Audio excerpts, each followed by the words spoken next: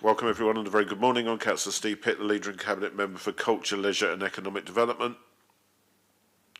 Bit of housekeeping before we start. If the continuous fire alarm sounds, please evacuate the room and public gallery by the stairwells. Do not attempt to use the lifts. Please assemble at Queen Victoria's statue in Guildhall Square.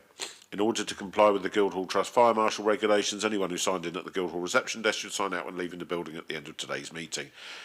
Everyone speaking via a microphone will be recorded and broadcast on the website, including those making deputations. Members of the press and public are also permitted to record the meeting on the understanding it neither disrupts the meeting nor records those stating explicitly that they do not wish to be recorded. Please can everyone use the microphones and remember to switch them off when they have finished.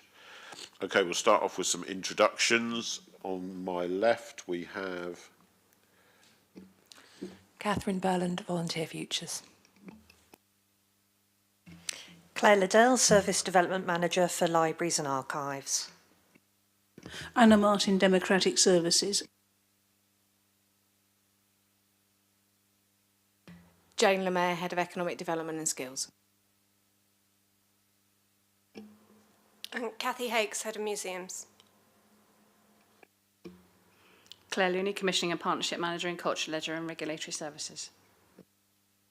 Good morning, Chair. John Smith, Eastern Craneswater Ward.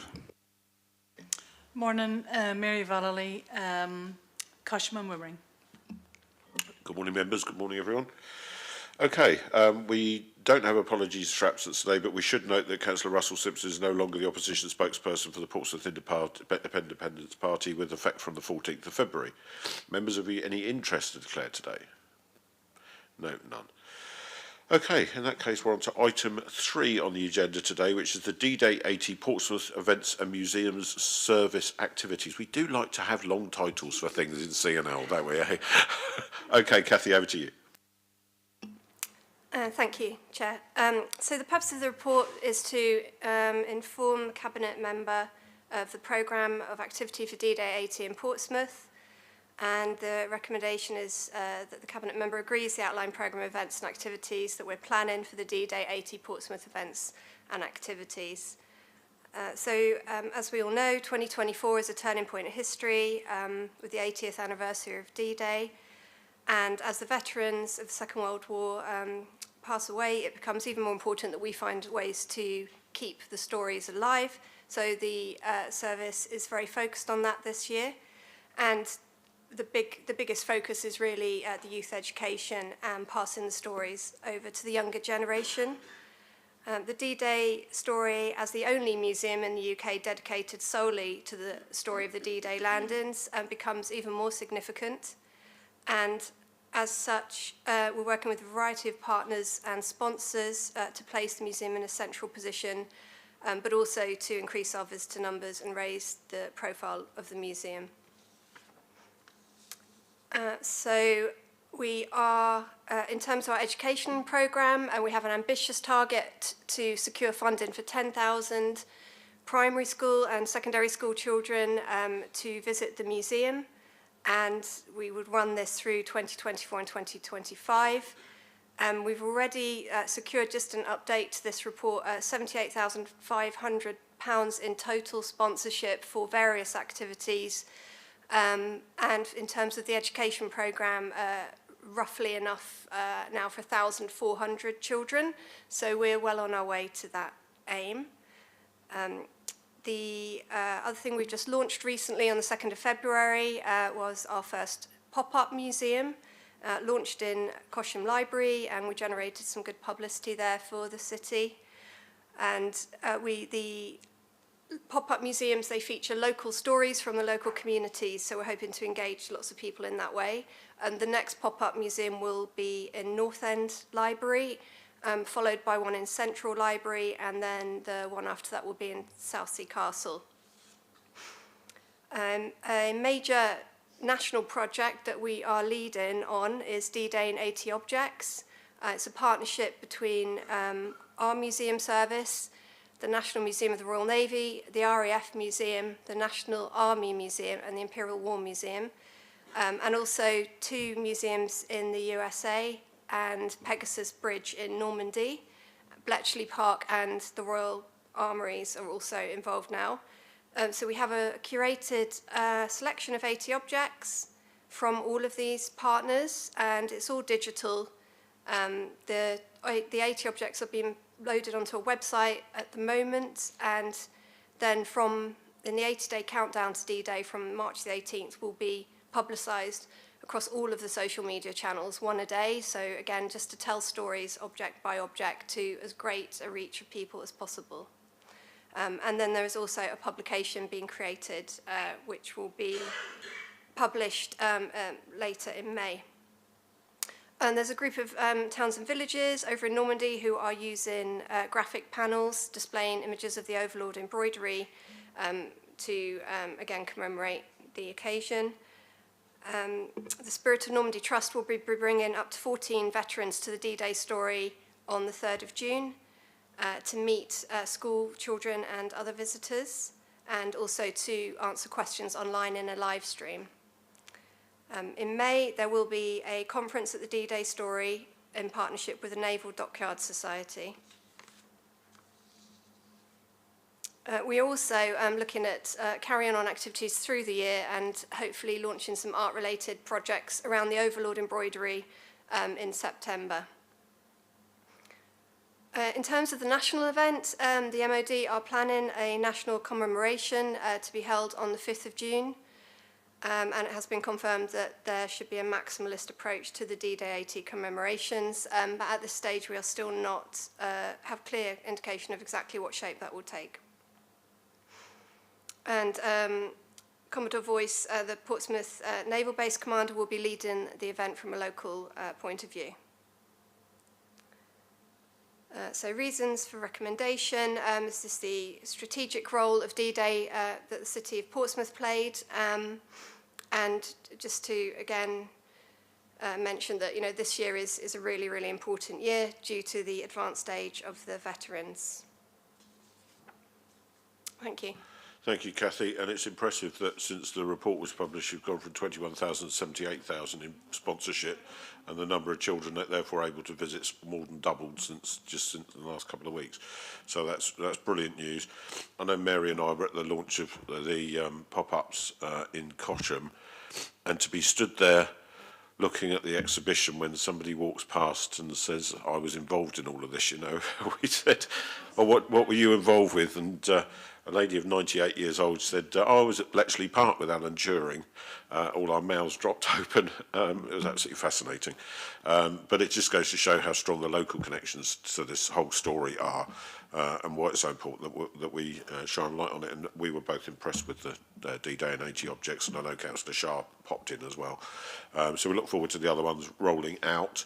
The only other thing I was going to touch on was the importance of the national commemorative event, obviously, and to particularly thank Commodore Voice, who's been really keen that we do as much as possible to highlight the story locally, and that it's not just about a national event coming in, but it's also about how we tell the stories and how we connect with local people. So lots going on. As I mentioned at full council on Tuesday, there is some contingency in the budget to make sure that we can play our role properly, and we look forward to the details being developed in due course, and making sure that we can commemorate this event properly.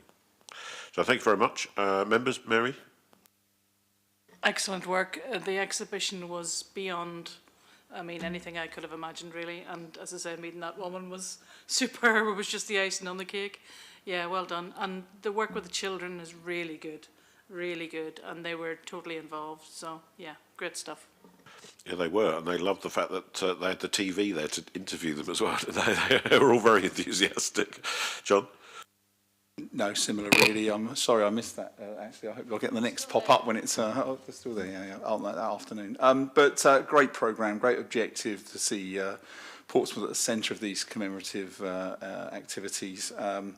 And good to see the contingency. Actually, one of my questions from before was about the budget and that sort of thing. So that's good that we've got that as well. And the fact that the Secretary of State has said that we're going to be maximalist, and Portsmouth are going to be at the centre of everything. So I've just got a couple of questions on that. Good to see also the sponsorship of schools and targeting of that as well. My two questions are we going to get the opportunity to highlight that on TV as much as possible? And my second one was that I mentioned about maybe Goodwood have got that little flight of Spitfires, and whether we might be able to link up with them, and I think there was some talk about that, and I wonder whether there was any update on that situation. Thank you. I think we're about to find out if there is. Cathy? We have been in talks with Goodwood around sponsorship. I haven't yet had the opportunity to talk about the Spitfires, but I will be raising it, so I will let you know. Cool. And I know, I don't think at this stage I'm allowed to say who, but national TV are fully engaged. Yeah, I mean, we're going to be, yet again, Portsmouth's going to be the focus for the whole country on the 5th of June. So, really good stuff. No other questions? No? Okay, in that case, Cathy, thank you very much. Please don't feel you have to stay for the rest of the meeting. It's not essential. So, recommendations accepted. For anybody who's suffering through watching me online, apologies for the cold. Item 4 on the agenda then is the Economic Development Skills Service Update 2023. This is the other part of the portfolio. It's not just culture and leisure, it is economic development as well. And as I think I mentioned at the last meeting, it's important that we do have touch points during the year to find out about the great work that's going on there. So over to Jane Lemaire. Thank you. So as Councillor Pitt said, this is a review of the general work that's delivered by the economic development team in its broadest sense. So that's 6 different sections. That's our direct business support, our markets and place work, our enterprise centres, our unemployment support, our adult and community learning, and our skills strategy work. Just to give you some highlights as we go through, because it is quite a detailed report. Last year the team engaged over 500 businesses via the business helpline. 200 one-to-ones were delivered across offering one-to-one support and signposting to the wealth of support that is available to our businesses across the city. And we delivered our final year of Crowdfunder, which was a COVID-based project that allows us to help individuals raise funding and deliver match. Some amazing success stories out of there, which we do celebrate on our Invest website. We've also launched the Portsmouth Business Support Service, which is recognising that although we have a great reach with our businesses, and our current business bulletin has 5,356 subscribers currently. If you're not already subscribed, I'm sure that you'll be doing that as soon as we finish the meeting. But we recognise that more businesses need to know and understand in these challenging times the support that's available. So we're working with our colleagues at Shaping Portsmouth and support organisations in and around the city, including our colleges, skills providers, FSB, Hampshire Chamber of Commerce and the University of Portsmouth, to make sure that we're really funneling those inquiries, that businesses are getting the help they need as soon as they can. This also includes some work with Shaping Portsmouth, where they're using volunteers from across the membership to offer small business support in chunks of 6 hours. This is a free service that's delivered to our businesses. We also maximise our sister city relationships. We had some wonderful networking when we had our Halifax at Nova Scotia visiting us early in 2023, and we're moving to an online event on the 4th of March this year, which will look at defence and security and try and promote the links that we have as an organisation, but also to try and ensure that we're maximising the business opportunities, particularly around export, and we work with both DBT and obviously our colleagues in Halifax for that, and that's a mutually beneficial event. We celebrated Small Business Saturday with a pop-up market. We're going to be extending that as we move through this year. We had 5 businesses trialling their work on the markets, and we'll launch our first pop-up shop on Monday, which will be part of this year's work. Southsea Food Festival is organised by the team, and we had a record footfall of over 35,000 on the Sunday last year. Sadly, we were affected for the first time in 14 years by weather and high wind warnings, so we were unable to deliver the first day, but an incredibly successful event, supporting over 60 different traders. And as part of the launch for that, we delivered a networking event listening to our businesses that supported 75 food and beverage producers and traders, and promoted that local supply chain piece of work. Our enterprise centres are currently supporting around 128 businesses, and from the 1st of April we'll formally open city buildings and the Bridge Centre, which will further extend that use using 2 meanwhile use programmes. Our unemployment programmes offering specialised support are being delivered as we have delivered for many, many years. I think we started back in 1945, but that means that we are uniquely well positioned for the changes coming through on government funding when we have programmes like Universal Support, which will deliver through local authorities, and we're working with particularly the Isle of Wight and Southampton about what that means for our local area to make sure that we have strong delivery in the city. Community learning engaged 1,726 individuals in over 3,072 learning opportunities. We used Multiply, which is a 3-year government programme in its 2nd year last year.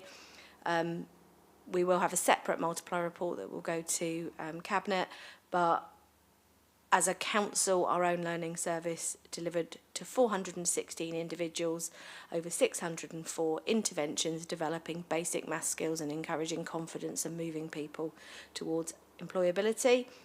We've helped 57 Hong Kong nationals that are our new residents to settle within the city, grow confidence and move closer to employment. And we continue to work with our surrounding areas to do positive things. So, for example, at the moment, sadly, as we see large businesses in and around the city face unemployment, we're working with DWP and colleagues in Havant, Fareham and Gosport to ensure we've got a proactive unemployment support that's reaching out to businesses as they face very difficult decisions to support those adults to retain work or to find new work very quickly. Thanks, Jane. And that is a major worry at the moment with 2 or 3 employers letting go significant numbers of employees. And I know that work goes on across local authorities, and it's really important that it happens. Please pass on my thanks back to the rest of the team, because I know how hard everyone works. And I think sometimes because you're so well embedded across all the other organisations and these partnerships are so strong that we don't pull away and look just how much we do get delivered by the team at the council and how many lives they change and outcomes they influence. So it's a huge body of work that goes on that obviously I'm very aware of, but I think it's important that at least once a year we bring this annual report so you can see the full breadth of what we do. We look forward to the new business support package being able to deliver. The thinking behind it was that everyone's got a different front door and everyone's got a different set of potential mentors and skills behind them, but if we can triage people better and get them to where they can best get support rather than just keeping them in silos, it would be much more effective, and the response has been fabulous. So we're really pleased with that. I know just how much good the crowdfunder scheme did, but it had reached its natural conclusion, and it certainly saved and improved the outcomes for a number of different businesses. And I just wanted to mention that next week is South Coast Business Week, so I'll be at the launch of that on Monday and talking to stakeholders. And if you're really desperate, you can watch me on Facebook Live at 8 o'clock in the morning, I think, with 2 matchsticks holding my eyes open after walking the dog at the crack of dawn. Okay, members, any questions or comments? John? I just echo what you said, really hugely impressive. I could really wax lyrical about this. It's fantastic what's going on, and I think it's important, as you say, Chair, that it is brought up and shown and highlighted once a year. Very good. Jane and the team do an impressive job. Just a few things. The crowd, you've sort of touched on it, Chair, but I was going to ask the question about the crowdfunding Portsmouth. Given its success and it went through last year, the programme is now closed. You say it's reached its natural conclusion. Could that be expanded upon? Yeah, I'm sure Jane will give you an update on that. Crowdfunder is an awful lot of work. So when businesses undertake a crowdfunding activity, they do have to do an awful lot of work. But the actual platform is very expensive, and our route that we're now taking is more about where we can use strategic grants and where we can support them through other fundraising. And there are still crowdfunder-like platforms that they can use at no charge, but the cost to the local authority is extremely significant. I think I reported it to Cabinet last year. Is in the region of 30,000 to run it for 1 year, and it was felt that in the current climate that 30,000 was better focused directly at businesses than running a platform.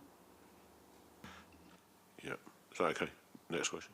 Thank you, Chair. That sort of is good to know, because I was going to ask what was going to supersede it, and it's sort of Jane sort of mentioned that, what's going to, how it's going to follow on and maybe be on a more economic basis there.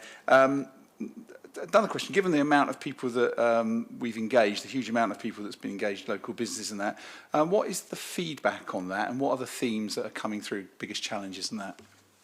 Well, I think Jane's been quite reserved in this report, because we get so many testimonials back from people who've had their outcomes for life significantly changed, but I'll let you take over, Jane, go on. I mean, it's like anything. I think we're very mindful that the businesses that we engage with, we get very positive feedback, and we do our best to support. And the wonderful work of Shaping Portsmouth allows businesses in and around Portsmouth to access a huge amount of free support, in addition to the offers that we have through the university and offers through a whole range of business organisations. I think what we're getting really aware of, and the real purpose of the Portsmouth Business Support Service, is that we're really starting to collate that together to offer wider service. So, for example, we're getting quite a lot of feedback around the need for more social media support for organisations that are finding themselves dealing in more and more competitive markets, and within that, we're then working within the partnership to deliver some free workshops and then keep going with the feedback. And it is very much about listening to our businesses, because obviously there are some things that businesses want and there are high costs within it, and in order to access them, there is going to be a price. It's the role that we take within that, where we can make bids for things like UK Shared Prosperity Fund to support the maximum amount of businesses, but we're listening to those businesses and trying to make sure there is as much free access of services. And obviously probably the most remarkable thing that's sort of come out of this is the mentoring that's coming through from the patrons of Shaping Portsmouth, who are offering free business support to SMEs to just try and help them do growth pieces, to address particular significant issues, help them through export, and again linking them up with the organisations that are there to support our businesses but sometimes aren't seen at first glance. Is that okay?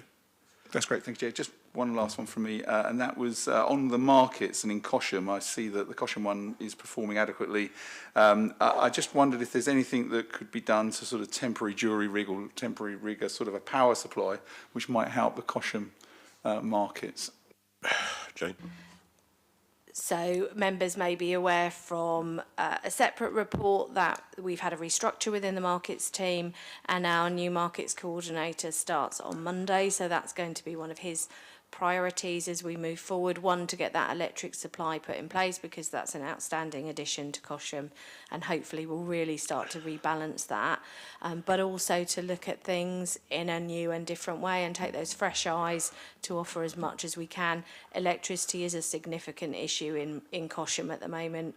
We currently rely on some of our retailers, including Tesco's in Cosham, to do things like our Christmas lights and get those running. So addressing that and giving Cosham more opportunity, because their market is actually very successful and very well attended. But obviously the more we can do to support the businesses that trade there, the wider reach we'll actually get. So temporary electricity is not so easy, but obviously we're looking to try and get that moving as soon as possible and increase the offer that we have in Cosham to give us a bit more balance across the city. And obviously we had contact from the ward councillors, Mary and Shah, saying that they wanted to know what the cost was, and that they might make a contribution from Ward Sill, and that if that needs topping up, I'll find the cash, because we need to get it in, it's important. So, Mary? Sorry, John, did you finish?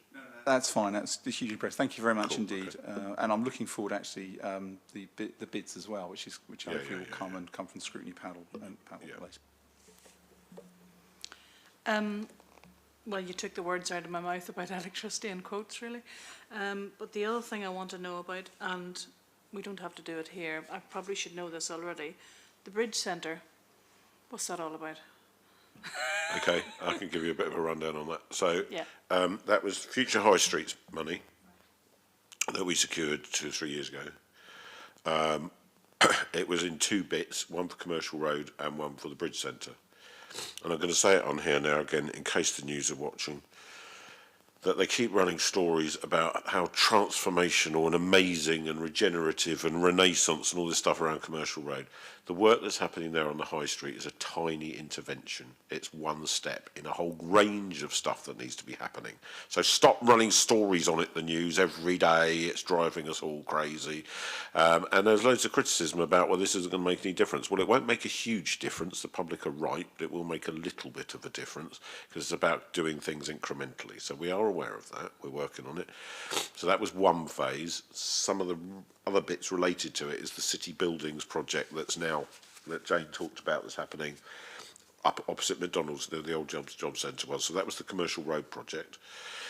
The other project was Fratton Road, and that involved purchasing the Bridge Centre, but also enabling the bit of Fratton Road that gets closed off for Fratton Family Festival to be closed more regularly as an event space with a diversion on it on Sundays. So the Bridge Centre purchase took rather a long time. That wasn't our fault. We were wanting to get on with it, but it took a while, but we got there in the end. There is a long-term aspiration to put in some social housing, mixed housing development possibly, on the upper part of it, and retain the retail units on the ground floor. But for now, we'll concentrate on the retail. I can tell you that in partnership with Fratton Big Local, the Fratton Pantry will go in there, and I understand expected to happen in April. We've also got the parenting network opening the baby bank, etc., in there, which is a really good co-location. I know that I think it's the Rainbow Trust they're called, are also moving in there. They do parental support and family support, things like making sure youngsters can get to school or get picked up from school if parents are still working at school times, etc.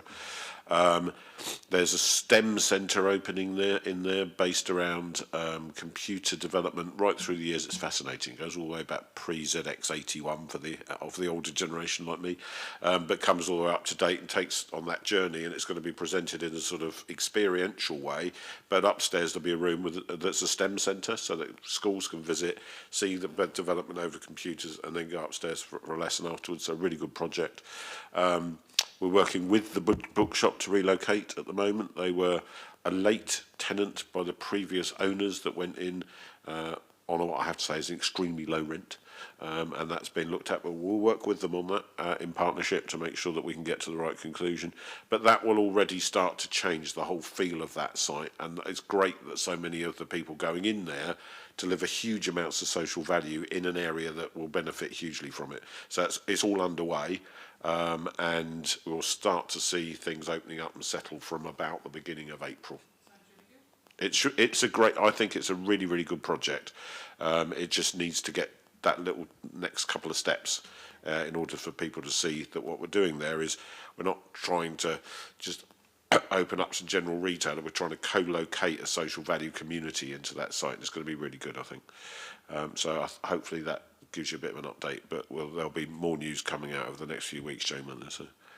And I know the office team that are working on it are doing a really, really good job. Anything else? No? No? Okay. Thank you very much then, Jane.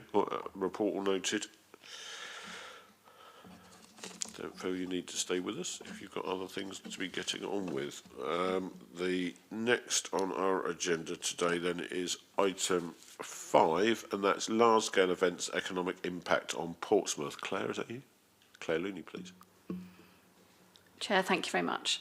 The purpose of this report is to bring to the attention of members 2 independently carried out pieces of research which have been undertaken in partnership with 2 of the largest events that occur within the city.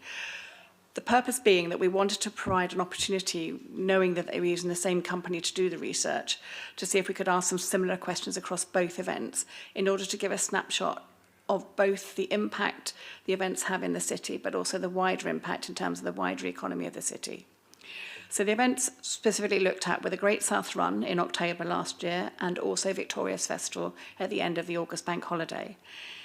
The information in the report is quite detailed in terms of it provides a range of statistical information about the nature of how people get to the city in terms of travel aspects, the nature of what they do here, as well as attending the event they are participating in. And I appreciate that both events are slightly different in nature, i.e. Great South Run, you tend to come and do one activity, one race, one activity over the weekend, whereas Victorious, they have a significant number of people who attend for all 3 days of their event and the information that runs alongside it.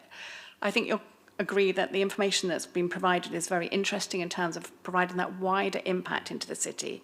The fact that so many people stay in the city has a big impact in terms of hotel spaces, number of sales, and also that secondary spend around meals, food, and other aspects, including shopping. So it's an information report with lots of information provided by external suppliers. Both event organisers have been very happy for us to share this information into the public realm and are delighted to be able to demonstrate the wider impact these events have across the city. Thank you. Thank you, Claire. Members? Mary? This is really good evidence for us to sell these events, and I'm really pleased that it's been done, actually, because we can use it at will. Yeah, good report. Thank you. John? Yeah, I was going to say exactly what Claire said. Actually, very interesting stats. I know they come from the two suppliers, sort of thing, but they are very, very interesting stats and very useful and can be used. It's great to see the well-being thing for Portsmouth residents. So, you know, the Great South, the runs and that, and how that's having an effect on health and well-being. The marketing opportunities that will come from it, pop-up and circulation of things, opportunities, maybe we can do that a little bit stronger, but taking the opportunity of the run to sort of highlight some things there. TV opportunity as well. I remember speaking to one of the officers about that. Maybe we can get back onto TV and that just to promote Portsmouth and how great it is, and because you get the view of the city, don't you, and all the other things about it as well. What was I going to say? I like the fact that the information they gave about the travel routes as well, because I think that works well about getting them on the outside of the city and moving them around. And any opportunity, just as a comment really, any opportunity that supports local business and getting them to circulate around that area when they're taking. I mean, it's noted that they now let them out so they can, you know, the local businesses and that and eateries and that can benefit from it. But anything that we can do further on that would be gratefully received by the local business, I'm sure. But great report, thank you very much. There's a few bits we might be able to add into that might be helpful. Claire, my understanding is that quite a lot of local businesses actually trade within the Victoria site, don't they? Yes, Victoria's offer opportunities for local businesses through their market traders to come in and have a pop-up store within the event. Obviously, those traders have an opportunity within the event to promote their external opportunity as well. So for some, they are able to take advantage of both. The other thing they have is a wide-ranging set of advertising and very large screens, especially through Victoria's event itself. Great South Run has similar ones, and through those there are opportunities for local businesses to advertise and shout about what they're doing. I would also say that as a local authority, we take advantage of those to highlight the city through both the opportunities for tourism, repeat visiting, but also other things such as the foster care opportunities and things like that, which we're targeting very different markets. And Claire, what's the running total now? I'm not expecting an exact figure on the number of good causes and how much they've been supported by since Victoria's relocated to the seafront. It's over 250,000, isn't it? It's over 250,000, and they support a significant number of good causes locally. There are opportunities for affected neighbours that are in adjacency to the common to nominate causes that can be supported. And they've ranged anything from the local football, small football clubs, through to tonic mental health support for young people with music, through to the Portsmouth Rock Garden. So quite a lot of the local ones that are coming back in and the nominated causes are very localised and very specific. In addition, they have Victoria's has supported a wide range of other events, either directly with artists. They've done a number of literacy initiatives and other aspects such as that. So there's also the use of their equipment, which community groups have relationships with them in order to use. So it's saved a considerable amount for local event organisers when they're organising their own large-scale events, if they can borrow equipment as opposed to hiring it indirectly. Yeah. Did you want to come back in, John?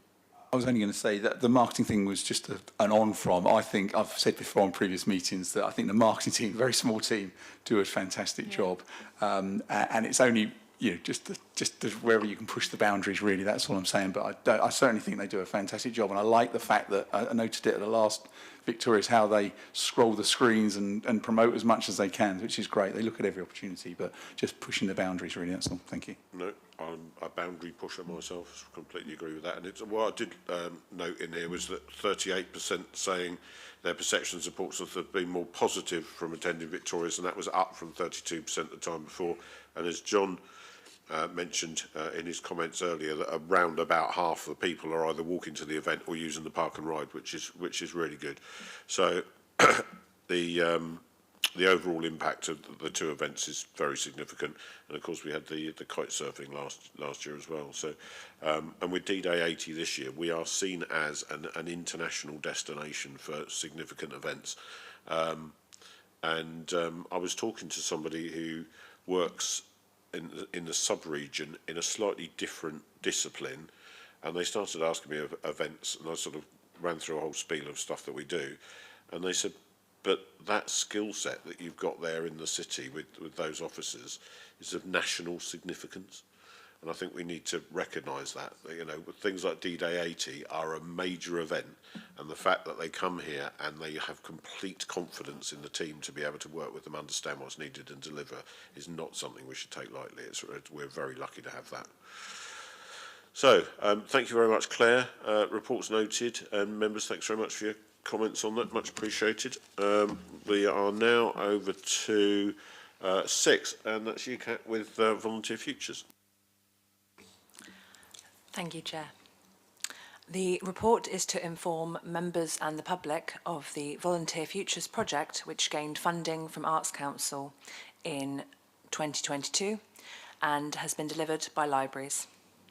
The project is one of 19 across the country, and the fund was commissioned by the Department of Culture, Media and Sports to improve retention and sustainability of volunteers. Portsmouth Libraries was in receipt of £130,000 with £15,000 match funding from the council to support volunteering in cultural opportunities both internally and externally. The highlights to summarise further detail in the report and as shown in the case studies are: the project has exceeded all target numbers with 5 months to go.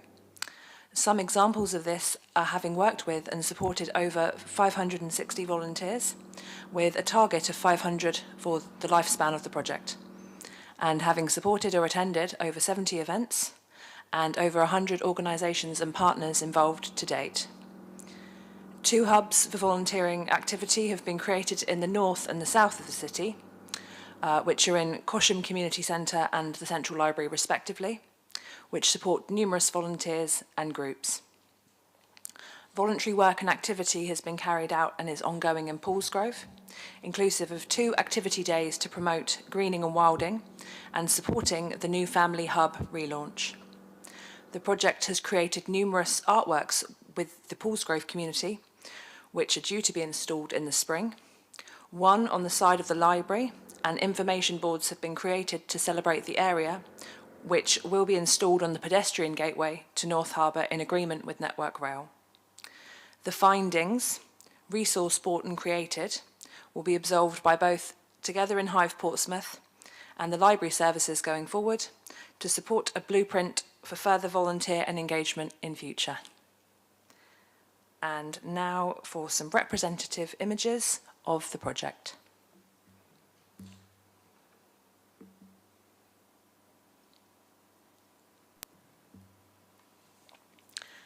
The 6-week introduction libraries participant, this was the first, finishing their course, and there have been 70 in total so far.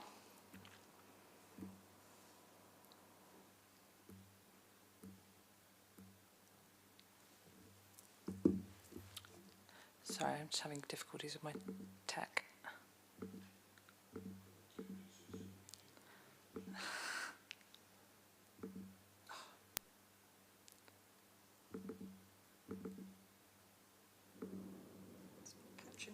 No, I apologise. It won't change slides. Yeah.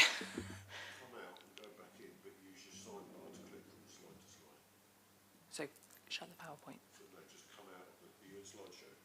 Yeah, I think so. If anyone's watching online, we're just going to attempt a little technical solution. Hang on a sec. Oh, Is it working? yeah. Thank you, Chair. I apologise. So this slide shows the launch of the Abilities for Life social group, which was co-produced by adults with additional support needs for adults with additional support needs aged 25 plus. They meet at the Cosham Community Centre weekly and recently celebrated their first birthday. This was a partnership between the Volunteer Futures Project, Together in Hive Portsmouth, Independence and Wellbeing Team, the Bivol Trust and the Portsmouth Parent Voice.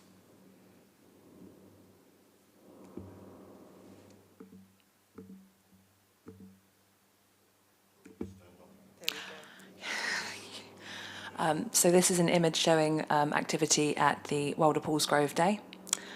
This is a storyteller entertaining children and families with wildlife-related stories. It was hosted at St Michael's Church and all around Central Paulsgrove as part of the Wilder Paulsgrove Day, which was part of the Volunteer Futures Empower Paulsgrove project, which is ongoing.